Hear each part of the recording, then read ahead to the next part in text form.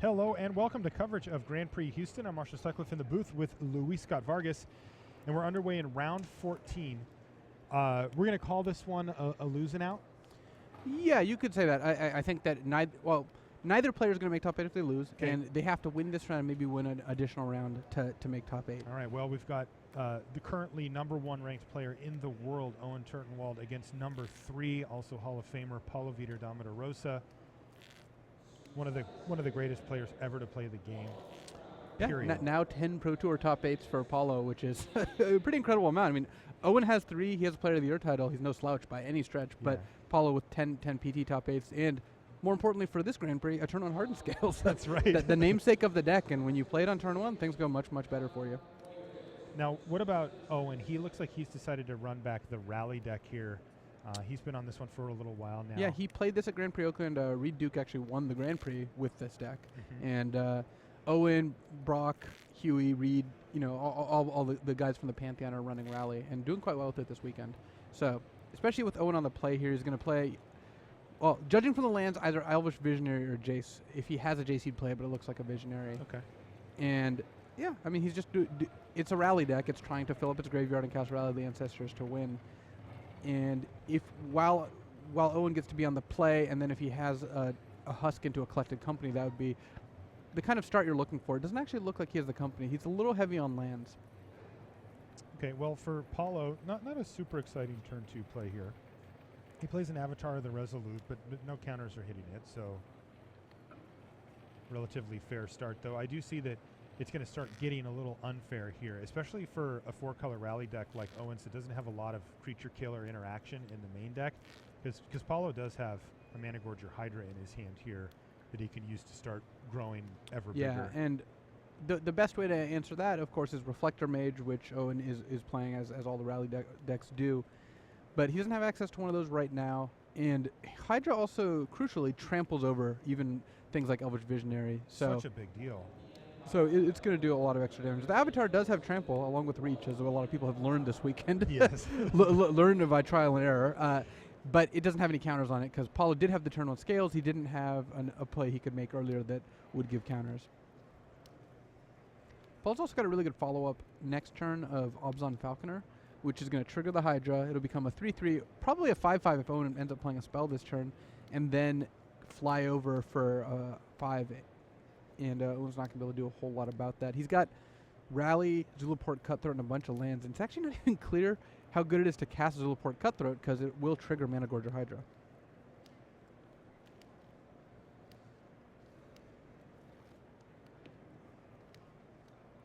Owen Turtenwald's kind of surveying the scene here as he tries to sort out what's going to happen with the Hydra, what type of damage he's going to take over the next couple of turns from it, and what he can do about it. Yeah, and again, the main question is it even worth playing Zulaport Cutthroat, because it does deal Owen 2 extra damage this turn off the Hydra. He does decide to go ahead and play it. Paulo's going to get the 2 counters from the Hydra. Paulo was being a little critical of himself earlier in the tournament when he missed a couple Mana Gorger Hydra triggers, but I think he's on top of his game here. He did say he won all the games that he missed triggers on. True. Lost a couple that he didn't. It's also worth noting that Paulo has an Endless One in his hand, which you can actually play for 0 to trigger Mana Gorger Hydra. That's a play that gets made. It doesn't interact with Hardened Scales in the way you'd want it to. You can't play a 0-mana Endless One as a 1/1 with Hardened Scales, because you need to play it for at least 1 in order for Hardened Scales to give you a bonus. But you can still end up with turns where you play 0 mana, give Hydra +2/+2s. Now, is Paulo going to be worried about any type of removal out of Owen in game 1 here? Like, Owen does have the 4 have a cut or something. No, and he's got to feel pretty safe about that. Owen has just the bounce. Owen has 4 Reflector Mage, 2 DC's Faithful, and 4 Collected Company, which can hit those at instant speed. But like with the mana Owen has up here, Paulo, if he does elect to play Obzon Falconer, is not going to worry too much about attacking. Paulo also has a Nissa, so if he plays Nissa, Hydra goes to 5/5, then Paulo -2s Nissa, puts 2 +/- counters on each creature. Hydra goes to 7/7, Avatar goes to 5/4. Could attack with the Avatar. Owen would then get to trade like a Husk plus a 2-drop, probably an Elvish Visionary for it, by sacrificing that to the Husk. You end up dealing, 8 damage to Owen, but he gets to drain for 2. Yeah, he's trying to weigh that out versus playing the Obzon Falconer here as well.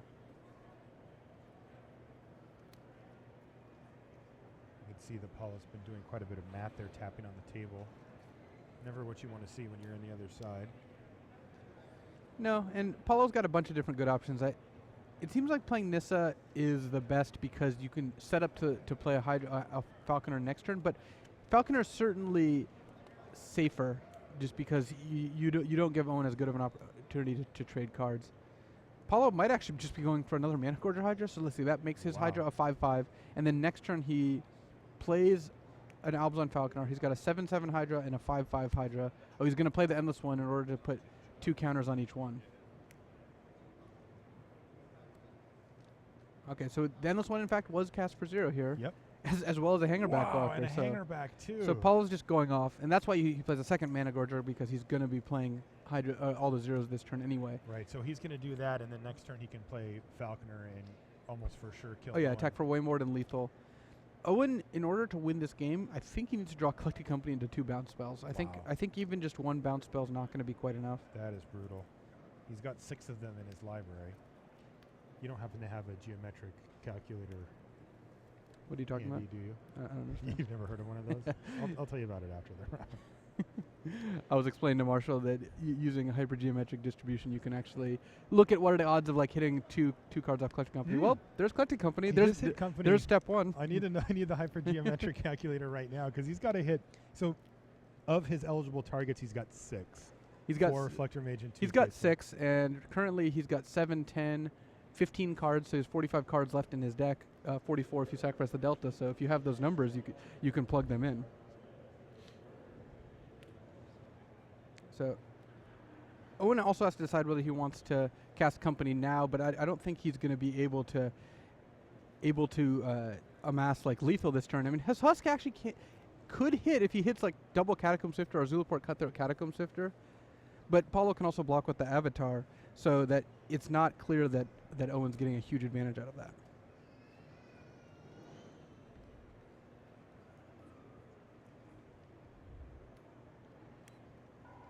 And in case you're wondering, it's 18% that you hit 2 or more of your 6 remaining targets in a 44-card deck when you look at 6 cards. Wow, that was hypergeometric. Thank you for that.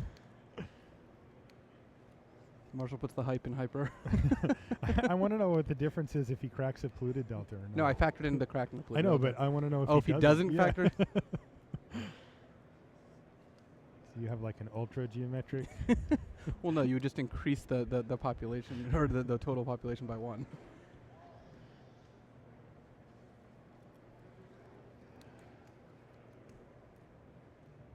So, Paulo, if he plays Albazon Falconer, he gets to fly over, and that prevents the Husk from stopping any amount of damage. Nissa gives you more counters overall because it'll give each Hydra an additional 2, but it does mean that the Husk gets to block. So Albazon Falconer is a little bit more safe. The problem is, what if Owen hits just 1 Reflector Mage and bounces just the giant Hydra? Owen's on 8. The other Hydra, but you cast 2 spells. Yeah, the other Hydra would still be lethal, so that makes Falconer a really appealing play here. All right, well, he's going to go for it. There's Falconer, and he's just going to rumble in there for lethal. So here we go. This is the big moment of Game 1 here in round 14. Can Owen Turtenwald hit his 18%? His 18%er. He not does great odds, but he does not get bad. slightly more percentage by cracking the Delta, and the 1 life is unlikely to matter. So this is a situation where I would actually favor cracking the Delta.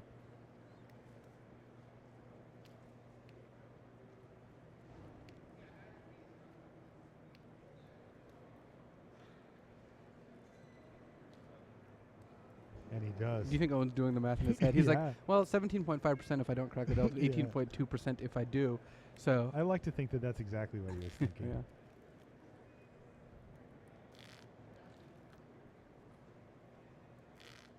All right, we've seen some good Collected Company hits this weekend, and if Owen can pull it off here, that would be impressive. Well, actually, so Owen's at 7. If he casts Collected Company, the smaller Hydra, goes to a 9/9. The only 7/7, yeah. And then that puts Owen to -2, which means Owen actually can survive off just 1 hit by sacrificing to Nantuko Husk. But he has to sacrifice a total of 3 creatures to survive. But he does have Rally in hand, so Yeah. he might be able to string it into. Let's see if he multiple. hits. Well, he I hits see a one. Reflector Mage. All right, so he is going to be able to survive this turn because he did hit the one Reflector Mage, and Oh, man. I like getting Elvish Visionary in addition, and then you sacrifice Mage, Visionary, to gain 3 life, and you go to 10. Then you go down to 1, and then next turn you can Rally, bounce 1 blocker to. The problem is Owen really needs to find a Sidisi's Faithful. If he can find that, I think that his Husk can deal lethal. It's also deciding whether he wants Jace instead of Visionary, since that is very.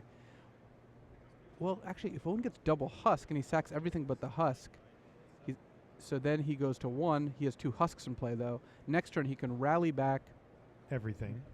all 3 creatures that are, or all 4 creatures. No, it would be just 3 because the Husks have to stay alive in order for him to have 2 attackers. Right. Bounce one of Paulo's creatures, and then Paulo blocks a Husk. Paulo's now at 15. There's an unblocked Husk plus some creatures. I don't think that's going to be lethal, so I think you do get the Visionary instead. And he does. So he's going to get rid of the larger of the 2 Hydras there. So I think Sidisi's Faithful is the card Owen's looking for here. Because right now Paulo's at 15. The thing is, if Owen doesn't have lethal, he can also just Reflector Mage the other Hydra, and then Paulo can't cast either Hydra because of Reflector Mage. Because if he comes back now, it's going to wait until Paulo's next turn. And Paulo might have to block with one of the 2 remaining creatures. Let's see, so if Husk goes to a 4/4, sacking the Cutthroat, Paulo's at 14, it's a 4/4 Husk. And then 4 creatures come back, it's a 12/12 Husk and drain for another 4. So yes, Husk is lethal with Rally right now. So if Owen attacks with Husk, Paulo is forced to block with one of his 2 creatures. That does give Owen the advantage, and what Owen can do is, since that's already known information, he's not worried about Paulo knowing he has Rally. He can Rally now, stack, and then he could just Visionary into Sidisi's Faithful, or he could just Reflector Mage the other Hydra, and then Paulo chumps with one of the the 2/3 or the 3/2. And then next turn, Paulo can't cast either Hydra and only has one, like maybe an Abzan Falcon or an Avatar in play, and Owen's gained a bunch of life. So Owen is really turning this game around. I mean, Collected Company into Rally is just a really big swing. This is huge. I can't believe that Owen's still in this. He's going to bounce the Hydra, and he gets to draw a couple of cards here. There's a Reflector Mage and another one. All right. Is that good enough? I think even upon further reflection, Owen's not going to be able to win this turn, but it does mean that I think he's a really good chance of winning next turn. Because he attacks with Husk. Paulo has to jump with one of these 2 creatures. It's already a 4/4 Husk. It's lethal otherwise, which means that Owen's not taking damage next turn, and then next turn he can just play 2 more Reflector Mages. It's going to put him in a good spot. I don't think it's going to be exactly lethal because he's not going to have any of the other 4 creatures in play because of Rally, but it's going to give Owen certainly a much better chance to win. And, Paulo actually doesn't have that many creatures left that aren't Mana Gorge or Hydra. Assuming he's not going to get to cast Hydra for a couple more turns. Like, he doesn't get to cast it next turn. Turn after that, he casts it, and then Owen plays Reflector Mage and bounces. And, Paulo's just... Was that a Nissa that he just drew? Yeah, and I think so. Yeah, and he already had one in play. Yeah. So Paulo's hand is right now 4 3-drops. He can't play Hydra, so he has to play Nissa this turn. And Owen's going to keep casting Reflector Mages and just grinding Paulo out. Rally is just definitely put Hardened Scales on the back foot here. So he can Nissa to give his own Abzan Falconer flying here, right? He could, and but then let's see. The problem is the Cutthroat at that point? Yeah. If Paulo plays Nissa on -2s and attacks for 4 in the air, Owen just sacrifices 3 creatures, and those are 3 creatures that are going to die anyway. Because they got rallied back. Right. The rally is going to trigger on Owen's upkeep. So Owen's plan is to upkeep, sacrifice a bunch of creatures to Nantuko Husk. And that also means Owen's got a giant Husk attacking next turn too. So one advantage of Nissa -2 is that it forces Owen to sacrifice now. So essentially the Husk loses all those bonuses on his next turn. Right.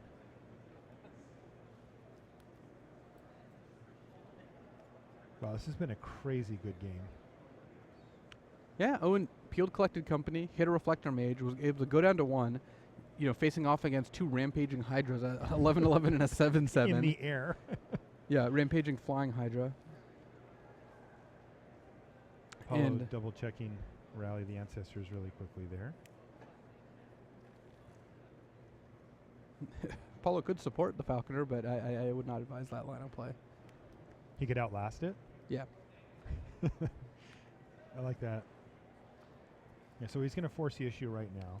And this actually prevents damage total because, yes, he knows that Owen's going to do this, but it does mean that Owen, again, can't sacrifice those on upkeep. So Owen goes up to 5, Paulo goes down to 11, Owen then falls to 1, and then Owen untaps and sacrifices the Cutthroat with the Rally trigger on the stack, putting Paulo to 10. Owen should be at 2 now. Husk is a 4/4. And that's an Ailey. So is that enough? No, because Owen needs to be able to play 3 creatures to be lethal this turn. But even though he's not lethal this turn, he can still just go Reflector Mage or Falconer, play an Ailey. You can attack for 4 down to 6. That lets Nissa make a plant. But then next turn you can go Reflector Mage, attack with everything. And that should be lethal. Face at least one well, it's close to Hydra lethal the next turn. Yeah, he's assuming Paulo's going to play a Mana Gorger Hydra. And, worst case scenario, also like a Servant of the Scale or something along those lines.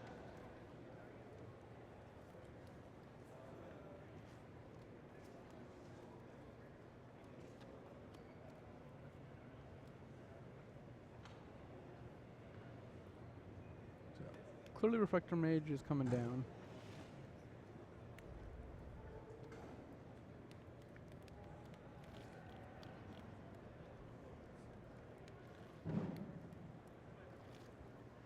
The Husk is already 4/4. The Husky is already 4/4 because the Zupor Cutthroat sacrifice on upkeep. He's just going to take down Nissa here. Yeah, it's pretty close whether you want to take down Nissa now or just hit for 4, but assuming that a plant token can block your Husk next turn, this is pretty similar. So Paulo's just got all 3 mana spells. It's going to be really hard for Paulo to win this game. He wants to make sure the Eternal Pilgrim does what she says. Yeah, I mean, one thing that we have to take note of here as well is that Paulo has missed a lot of land drops. So Owen's now at 7 land, and Paulo's only at 4. Yes, I mean, Paulo has missed land drops. Operate pretty well on it, but given that his hand is like a glut of 3s, he would have needed to draw 2 more lands to play 2 spells in the same turn. And if you do 2 more lands, what 2 spells didn't he draw? Well, Owen just drew a Rally the Ancestors. So did he really? Wow. He really did, and then so now he's. Is that going to do it? Oh, by far, it's not even close, right? Yeah, it's not even close to being close. Wow, Owen Turtenwald squeaks that one out. Well done, Owen. Finds the right line. He was at 1 life multiple times that game, and faced down some pretty scary boards, but he found it. Yeah, him and the Hybrid Geometric Calculator were able to pull out that game. The one in his head. Well, that's Owen's nickname, is the Hybrid Geometric Calculator. So we have the calculator.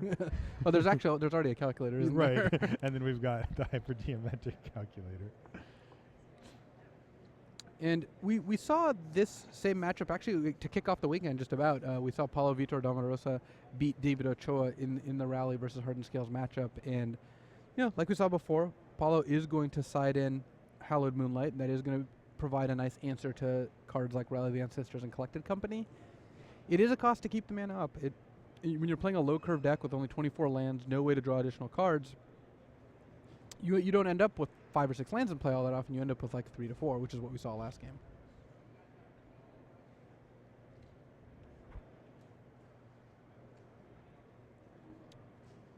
Owen getting some murderous cuts, which can deal with Hydra. He also might want to put in Dispel.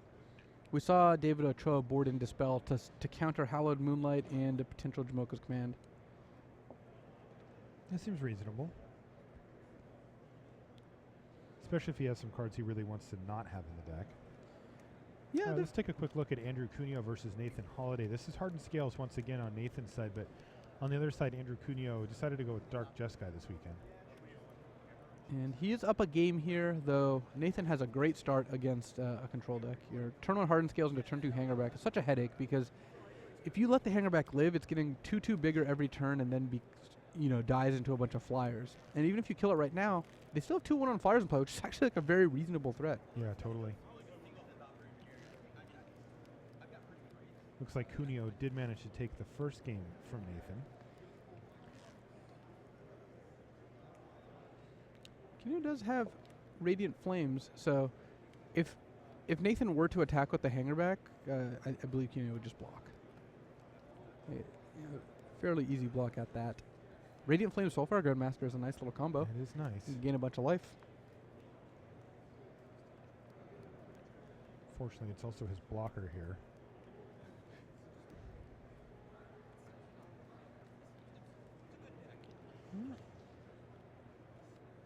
Nathan with Avatar the Resolute. If you don't have a third land, this turn's a little tougher. You can play Avatar as a 5/4. Oh, he does have a third land, so the question is, do you want to like pump Hangerback? Do you want to play Avatar and pump Hangerback? Do you want to attack? I don't actually like attacking all that much because the advantage of getting in 2 damage, I don't think is even necessarily as good as getting 2 +1/+1 counters on Hangerback by activating it. And giving Andrew the option to trade could work out poorly for you.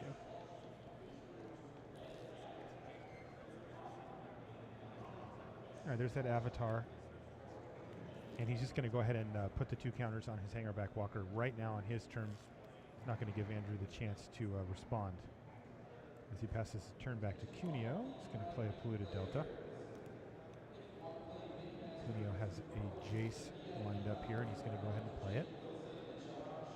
And this is one of the challenges faced by all the 4-color decks, is that Cuneo does have a Polluted Delta. It can get a red source, but it can't get an untapped one. So even if he did want to cast a red spell this turn, it wouldn't be easy. Of course, Radiant Flames would do very little on this board, given that both of Nathan's creatures have 4 toughness, but it's still a factor worth mentioning.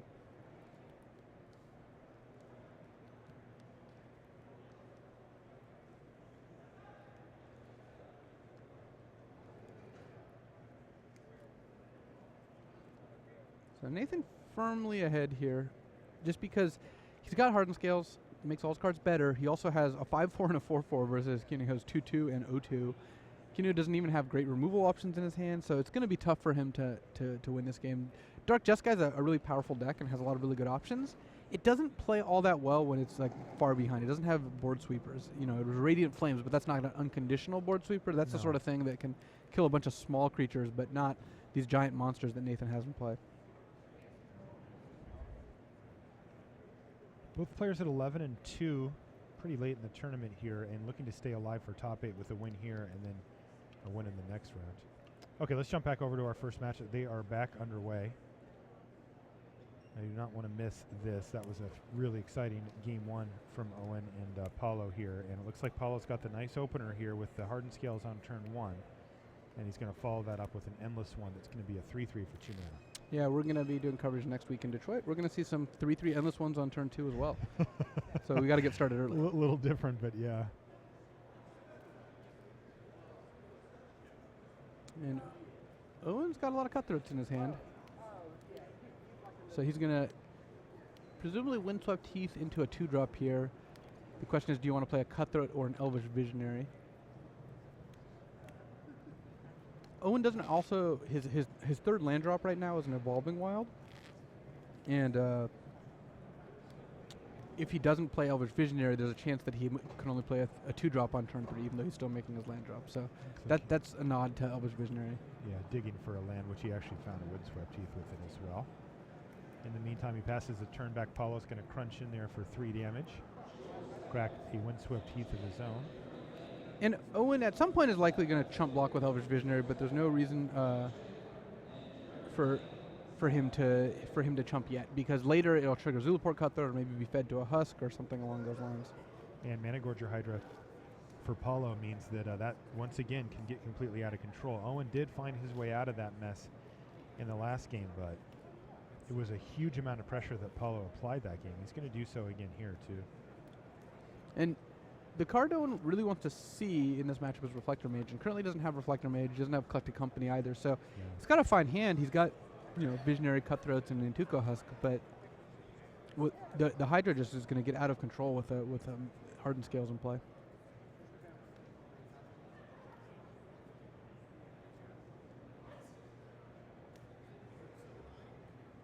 Yeah, getting aggro. Just rumbling. It's going to take 1 from the Elvish Visionary, and there's that Evolving Wilds, and just go. Owen is not playing Zulaport Cutthroat because it won't impact the board enough to justify the Hydra. Also, he's also got a murderous cut in his hand. So he's got cutthroats and cuts, and being able to kill the Hydra here by sacking Evolving Wilds and delving for 3 is going to be a pretty big advantage. Especially what he's really hoping Paulo does what he does last game and play some 0 drops to charge up the Hydra, Oh, and then he gets to murderous cut them down. I don't think Paulo's going to fall for that this time.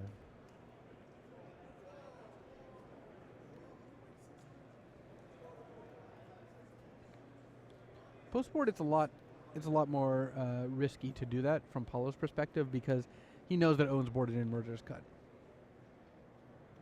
Owen Turtenwald quite handily winning the artwork match here too. Full art forest and correct windswept heath. Paulo looks like he swung by the draft area to pick up his lands on the way in. He likely did. That is what he does at Pro Tours, Grand Prix, and, well, drafts alike.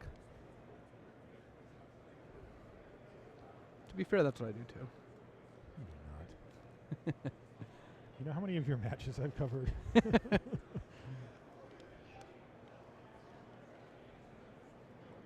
So, Paulo deciding what Owen's representing because the rally deck is such a low curve deck. When Owen plays that third land of passes, he doesn't have enough mana for company yet. You basically have to know he's got Murderous Cut in hand. It's very close to it because what hand could he have kept where he doesn't have a play here? There just aren't very many options. Interesting. Here's a second copy of Hardened Scales. You know, we've seen throughout the course of the weekend, the second copy of Hardened Scales isn't necessarily that good. We've seen a lot of empty boards with 2 Hardened Scales on it. You know, we're going to see that here. Owen's going to Murderous Cut this Hydra. It's going to grow to a 7/7, then going to get cut down to size. And then Paulo's hand is a Dramoka's Command in a land. By the way, what's the flavor ruling on Murderous Cut a Hydra? Isn't the whole point that you cut off a head? And I think it loses 1 counter because each counter represents a head, presumably. Yeah. At least it gets to gorge on its way out. And Paulo, like you said, he's going to have been tipped off to the fact that Murderous Cut is a possibility, and now that Owen second is Evolving Wilds, he's going to know it's for sure the case. Owen gets a basic swamp here with his Evolving Wilds. And the reason is he's got multiple black spells in hand, and he just anticipates wanting to cast multiple in the same turn, even though he doesn't have any double black cards in his deck. I don't know. He didn't even get to grow first. Yeah. Do you think Paulo missed those triggers, or do you think he elected not to use them? We're going to count it as no miss triggers. But in the meantime, I'm going to count it as a miss trigger. All right. Owen does take the 3 damage from the Endless One. That was a very good play by Owen. He chose to draw Collected Company on turn 4. So good choice. So now instead of playing 2 Zulaport Cutthroats, he can actually just play a Collected Company. Though, one reason why he wouldn't is that Paulo has 2 mana up, which could represent Hallowed Moonlight. So actually, because this is a post-board game, Owen's just going to play the Nantuko Husk instead. I love that. I think if Owen were, if Paulo were tapped out, Owen would have just played Collected Company.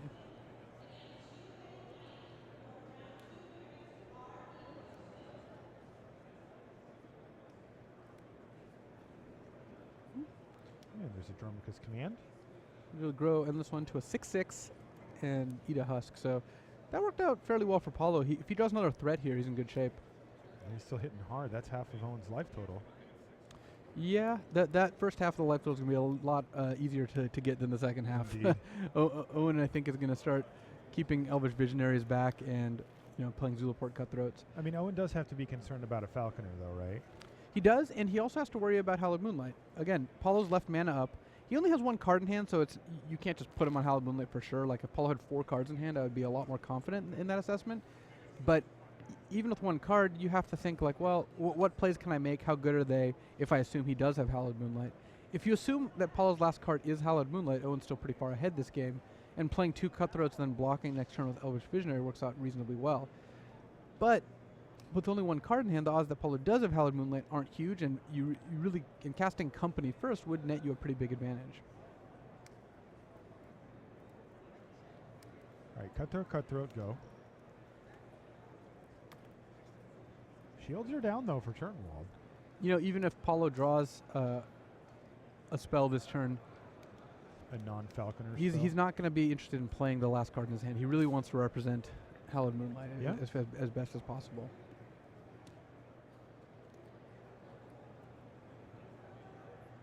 The last card before that draw step was a land. And I think he may have drawn another land as well. Okay.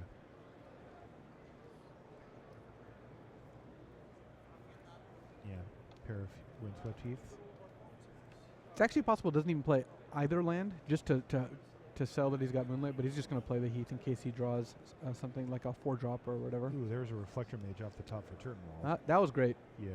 Because Wow. now Owen's in a spot where he, again, just doesn't have to cast these collected companies. And we're going to see something similar to what we saw when David Ochoa was playing, which is Owen's neglecting to cast collected company, though in Ochoa's case it was Rally, into a potential Hallowed Moonlight, and will do so if pressed, but until then he just doesn't have to. Ugh. Another Hardened Scales off the top, Luis. Yeah, and we were talking about like would you choose to draw 2? Like you certainly wouldn't choose to draw 3, but No. would you choose to draw 2? And so now Owen is in a spot where I think he's just going to cast the collected company, especially since even if Paulo doesn't draw anything, which he didn't, I don't think he's going to play Endless One for everything. He's going to want to leave up Hallowed Moonlight here.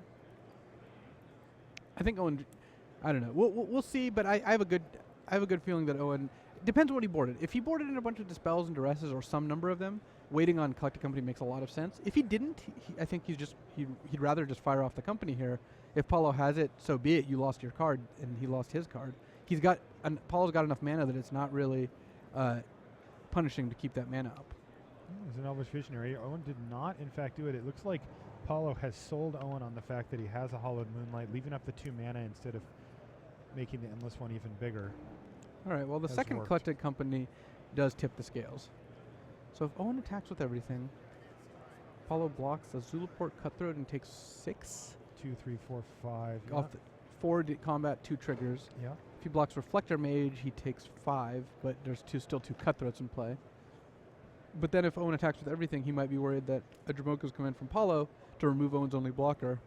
Could let Endless One attack for lethal.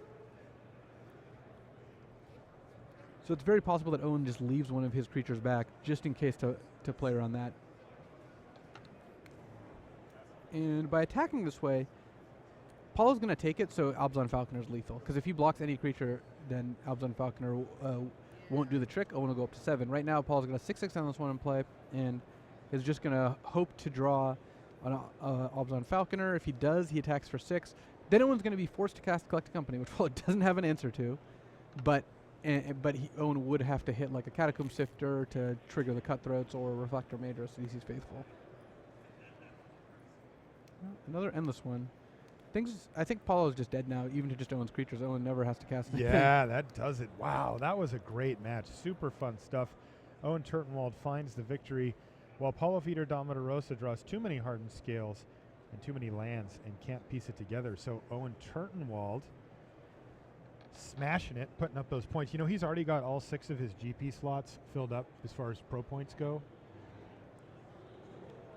Well, of relevance, which is the last slot. If the last one's a 2, then it's a 1. It's a 1. So yeah, he can improve greatly. Though Owen also has like 60 pro points. Yeah. He's crushing the Player of the Year race, and another GP top 8, if he wins his last round, would go a long way in cementing that. Absolutely. Wow, Cuneo managed to battle back this game. This is still game 2, it looks like. Whoa. And that was a big Hardened Scales there. He took out a creature and a Nissa with that. Or excuse me, Crackling Doom. Doom. Yeah. And that Soulfire Grandmaster has stuck around the entire game. It's still the same one, isn't it? No, this can't be the same game, actually. Why? What's different? Well, Nathan had a Hardened Scales in play last game. And Yeah, and that could have gone away. Yeah, this has to be game 3.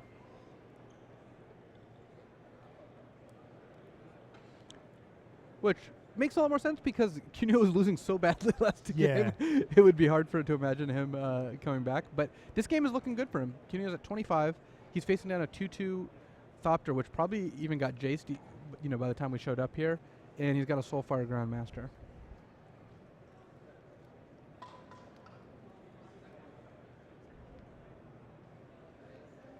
Nathan doesn't have a lot of cards in hand, though. It looks like this is I don't know. I guess because he played Planeswalkers earlier, he spent a lot in Hangerback. He got a lot of mileage out of just a few cards, which is why Nathan still has 5 cards in his hand. Wow. So even though some attrition has happened, Nathan has a lot of gas left. He's got a replacement Planeswalker here, too, with Nissa. Looks like that's what he's considered playing.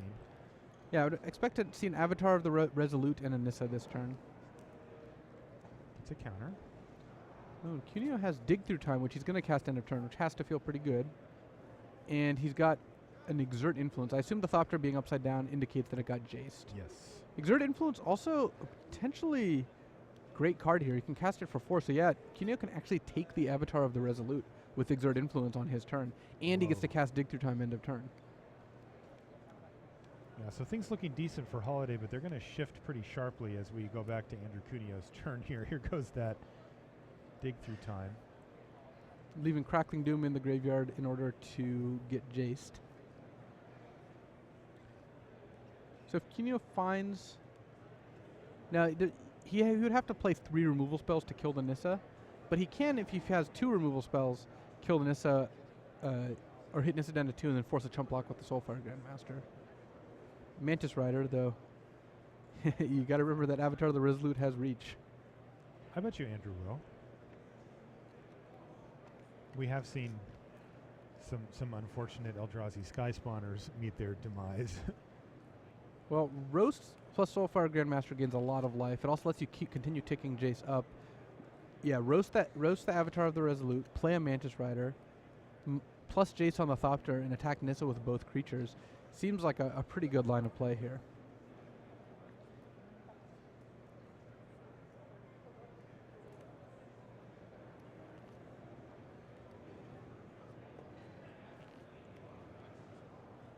Yeah, and now Nathan knows that Nissa's going down to 1 off Mantis Rider no matter what. Well, if it doesn't get blocked by the Thopter. He could chump block. So he can chump block the Mantis. He can chump block both, keep Nissa at 4, but then next turn, Nathan's prospects are not particularly exciting.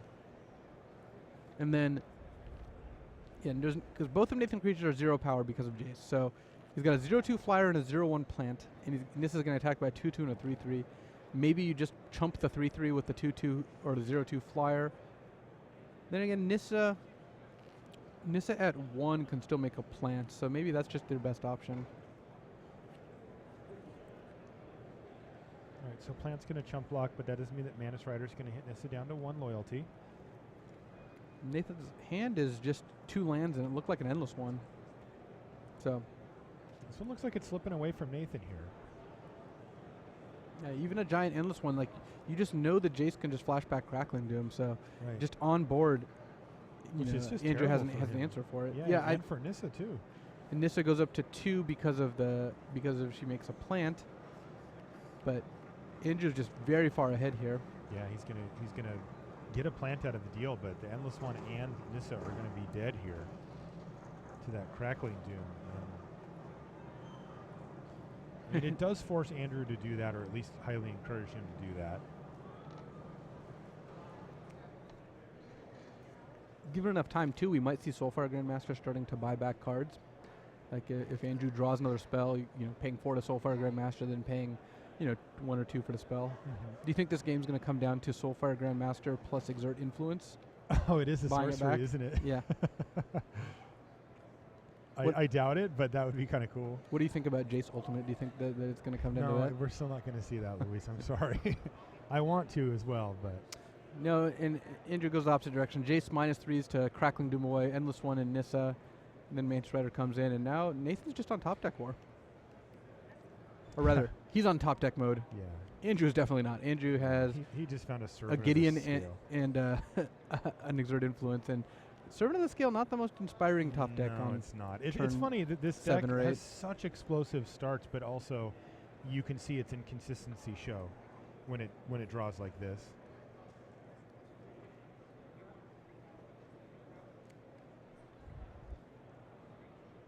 So that Thopter gets shrunk to a 0/2, which means that when Andrew attacks with both creatures, neither of his creatures can die in combat.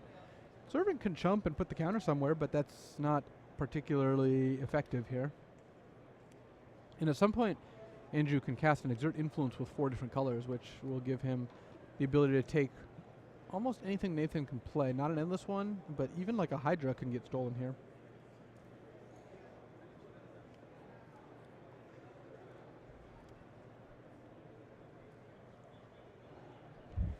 Cuneo getting a 7th land, which is also his 2nd white source.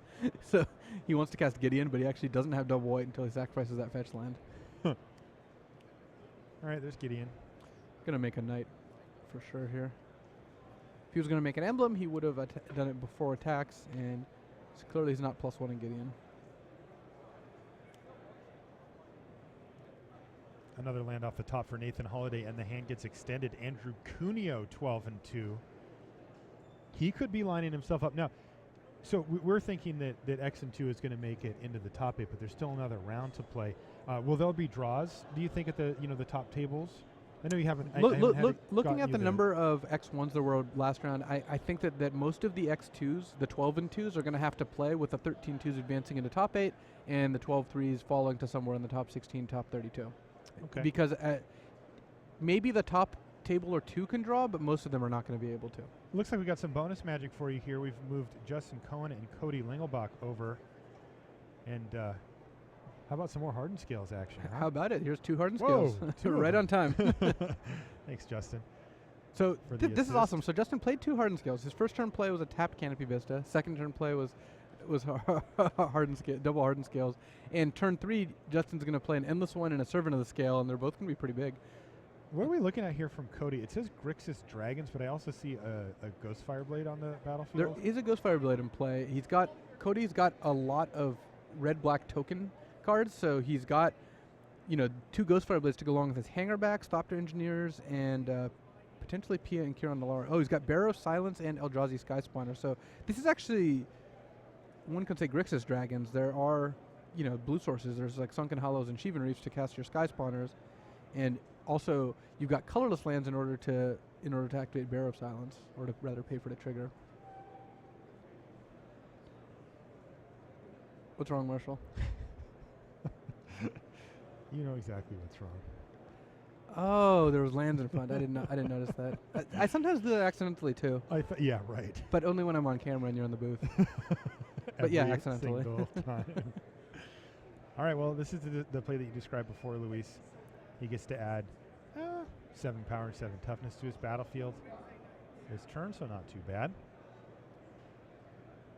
Yeah, and here's as predicted, he just plays Endless One and Servant of the Scale. He spent the first 2 turns setting up with Hardened scales, and then all of a sudden has 7 power toughness in play. Now, for a Grixis deck, is there a lot of removal here for Cody? His deck looks a little more assertive than your standard. It's got Murderous Cut and Draconic Roar. Okay. And he also has Bearer of Silence, which is the 2/1 for 2 that if you pay 1 and a colorless when you play it, your opponent sacrifices a creature. And then sideboard, he gets putting in like another Murderous Cut and Self-Inflicted Wounds.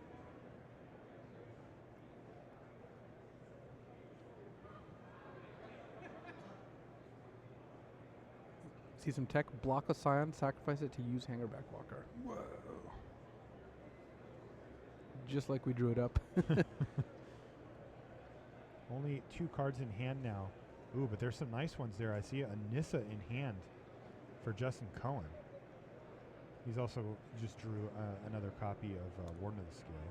Yeah. Servant of the Scale, excuse me. So Nissa giving both of Justin's creatures +2 or +3 rather, because there's 2 Hardened Scales in play, is impressive. His creatures are already big enough to rumble, so he has to be worried that Cody would just block with the Hangerback, block with the token, sack, make Hangerback a 2/2, get 2 tokens, and attack Nissa back. So it looks like he's going to set up by playing Servant before attacking.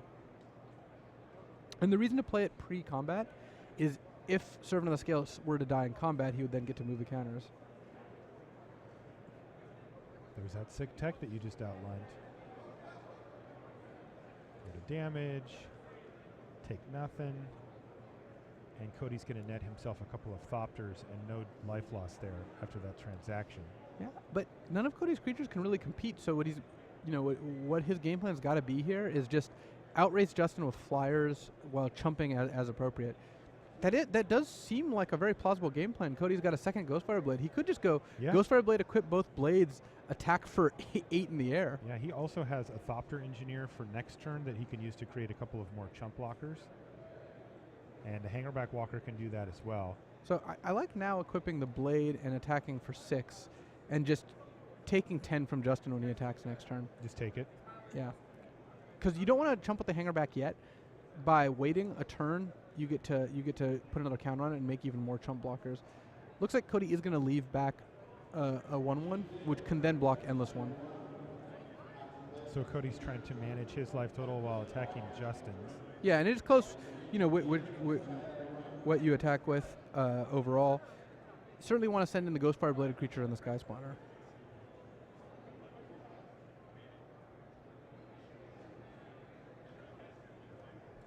So Nissa's going to come down now because Justin just needs to start racing here, and I like putting 3 counters on each of his creatures.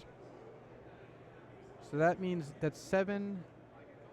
Yeah, this is going to be 19. So Cody does actually have to block with the 1/1, so leaving that one back actually ended up being quite good. Block Endless One, take 12, go to 6.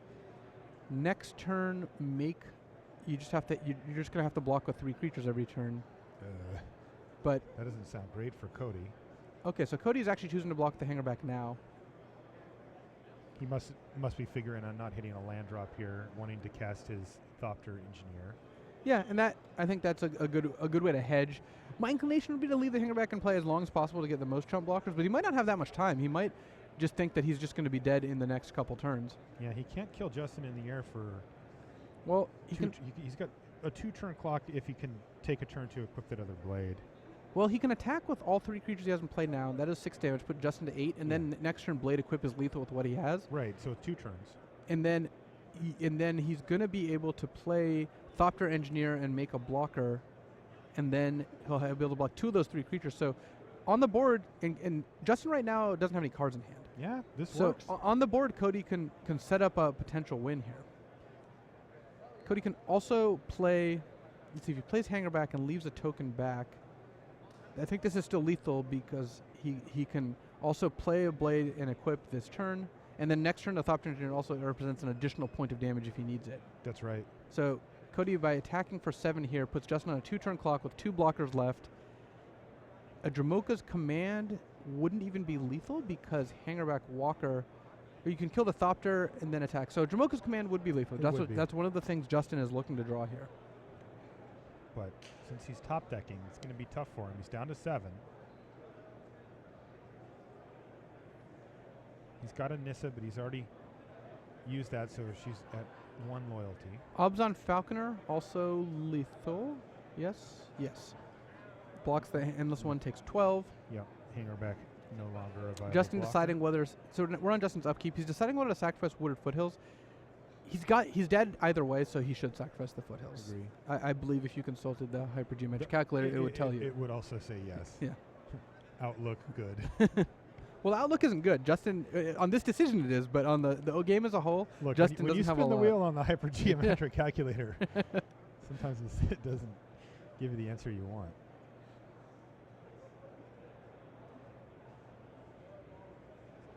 Yeah, so Justin's looking at the cards he's looking to draw this turn. Obzon Falconer, Dromoka's Command. This is game 3 as well. Yeah. This is a huge draw step here for Cohen. Silk Wrap if you boarded it in. What if he finds an Avatar of the Resolute? Does that change the math enough so that he could survive another turn? Let's see what he drew here. Let's see. If he plays Avatar of the Resolute, can block one of the flyers. Yeah. That could potentially. Though, given that Justin has a Thopter Engineer. Cody has one, yeah. Or Cody has Thopter Engineer. That would still be lethal, yeah. Or still not be lethal. So, no, he could move the Ghostfire Blade onto a 1-power flyer. Justin has not shown us what he's drawn yet. Well, I don't think it's either of the cards that win him the game on the spot. Yeah, Otherwise, he would be slamming it. He would have already slammed it. You can see that Cody is tapped out, so there would be no fear involved. It looks like it was a Forest, Luis. That's not what he was looking for. Not at all.